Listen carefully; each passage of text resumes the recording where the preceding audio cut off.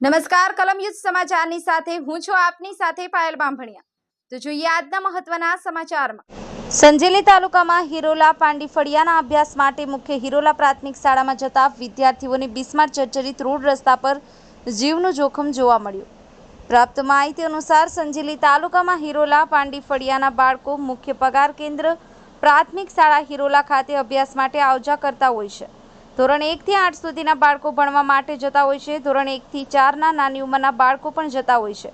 પાંડી ફળિયાથી મુખ્ય પ્રાથમિક શાળામાં જતા રસ્તામાં નદી કોતર આવે છે। તેના પર ટૂંક સમયમાં સરકારની જે તે યોજનામાંથી નવીન રોડ અને પુલનું બાંધકામ કરવામાં આવ્યું હતું, પણ ચોમાસાની શરૂઆતમાં જ વરસાદના પાણીથી ધોવાણ થઈ પુલ અને નવીન રોડનું ધોવાણ થતાં રોડ રસ્તાની ધાર કિનારો તૂટી પડી છે અને આ કિનારોને બાળકો ચાલી અને શાળા સુધી આવજા કરતા હોય છે।